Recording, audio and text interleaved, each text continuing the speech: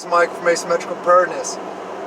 So my son and I were just discussing what topics would be good to talk about on a video. I couldn't come up with any ideas, so he thought of a good idea of being what are the best foods to store for food storage? What are the best foods for preppers? And it's kind of a multifaceted topic, kind of depends on your situation and stuff. But I would say situation number one, you have a garden.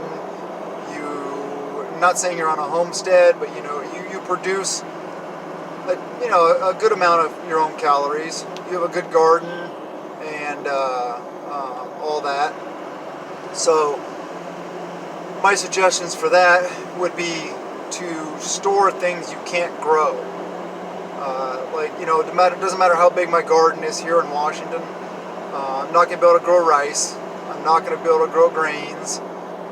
Could in eastern Washington, and also depending on how much land you have, but I don't have that capability here. So the best thing for me to stock would be rice, grains, stuff like that.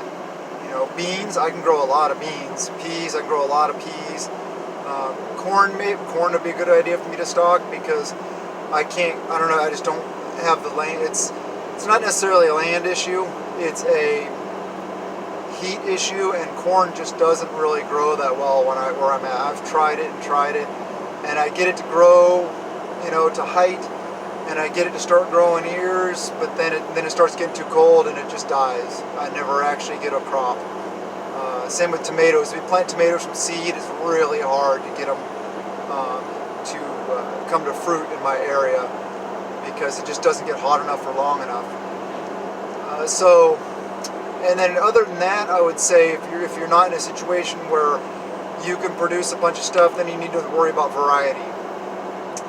Canned goods, dry goods, all long-term fruit storage things, stored in a long-term situation so they last a long time.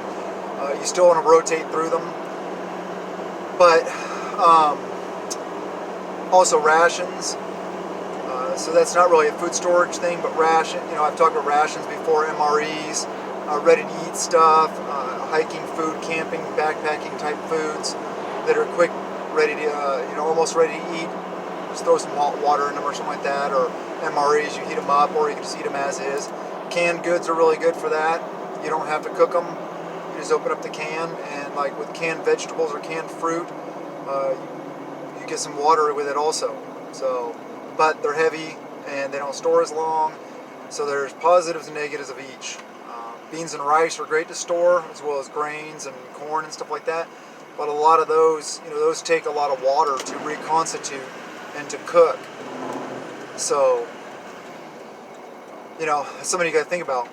That takes a lot of water. The things that don't take a lot of water are like canned goods are more heavy, they're bulky, stuff like that. So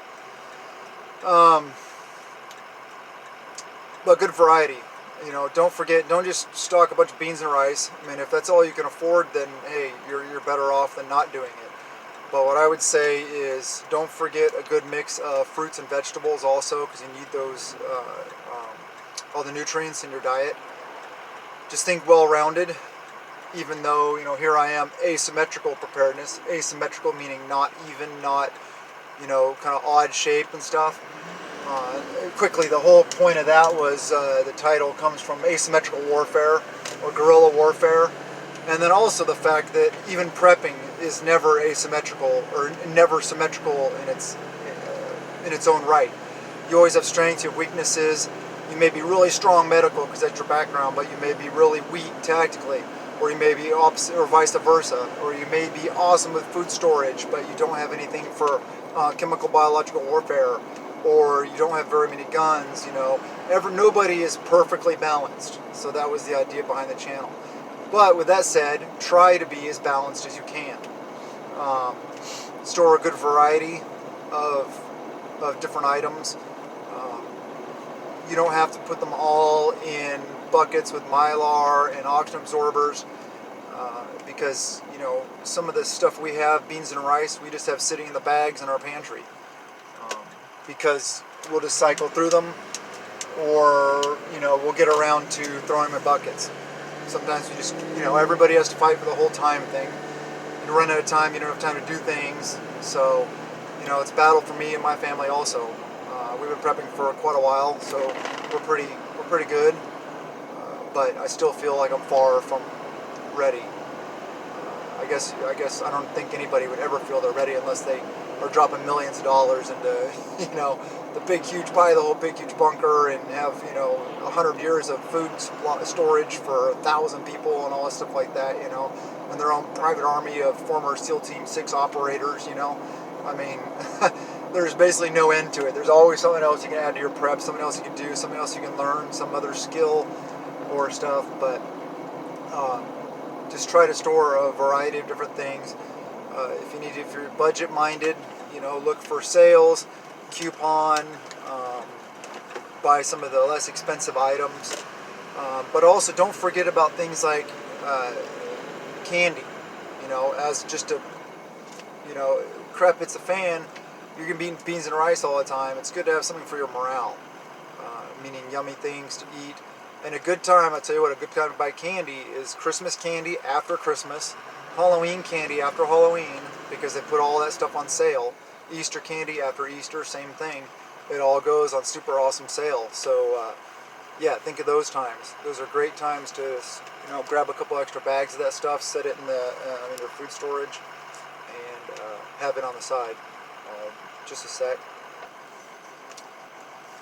Okay, so my son and I are taking a load to the dump, so I had to go through the little dump check station, so I just paused it for a second. And then my son just told me my joke about talking about the millions of dollars and the bunker and stuff like that. So I gave him an idea for he thinks of ideas for video games and stuff like that, even though he doesn't really play video games that much. Would be Clash of Preppers, talking about how preppers would be fighting each other or something like that, or like land grab, trying to grab all the best resources or something like that. So yeah, we're just being funny and having a good time, father-son time. Although it's being interrupted by this video right here, but we enjoy it. So we're just sitting in line here waiting to get this load off at the dump. So yeah, food storage, good variety. Pastas, wheat, I would say, is a really good one. We love hard red wheat. With that, I would say get a manual grinder for the wheat, so that you have a way to so you have a way to grind it in an SHF scenario, or grid down, whatever. I would recommend maybe have some things like some flours on hand, but that's mostly in the stuff that you're cycling through, that you're using on a regular basis. Flour doesn't store well very long, because of the way if you disturb the wheat kernel and the grain and all that stuff. I don't know all that stuff about it. I'm not a an expert on the topic, but I know that flour, once the wheat's ground up, it doesn't last that long. It goes rancid. So that's not really that great of an idea for a long-term food storage. Like we talked about canned goods. There's canned goods they open up from like the 1940s, 1950s, or even older that are perfectly fine. So, I would say if you have old expired canned goods, if you missed it in a rotation or something like that, don't worry about it. Just keep them. Throw them in the back. When crap hits a fan, if you go to open them and they're bad, throw them out. If they're good, eat them. It's pretty simple. And especially if they're kind of suspect, maybe throw them out. If you need to eat them, cook them really well. Just totally fry the crap out of them, so anything in there is dead. So sources, I would say, box stores, Costco, Walmart, Sam's Club. We have like restaurant supply stores are a really good one. As well as I've been recommended like grain stores, feed stores. So the feed like bags of corn and stuff like that isn't approved by the FDA for human consumption, but who really cares about what the FDA says? I mean, come on, like everybody's worried about expiration dates. Expiration dates didn't even exist prior to, I think it was 1976 or 1972, something like that. there was no such thing as an expiration date or a goodbye date. Come on. And people didn't die. Well, people did die, but you know what I mean. People somehow managed. So, yeah, I mean, I would suggest trying, foam a little bit. Obviously, as you're cycling through stuff. That way you have the freshest stuff possible when it goes south, and you got to be eating that stuff. Hopefully you'll be producing a lot of your own calories via your garden, your own egg and meat production, whatever animals you choose to have. If you can, that's awesome. Obviously, best situation to be on your own homestead, producing all your own stuff. But very few people are actually at that point. A lot of people are at the dreaming of that point. I'm even at the dreaming of that point. But our place isn't a homestead. It's not even 2 acres. And the way it's wooded, it's hard to get sunlight in a lot of the areas for growing crops. Plus, being in Western Washington, our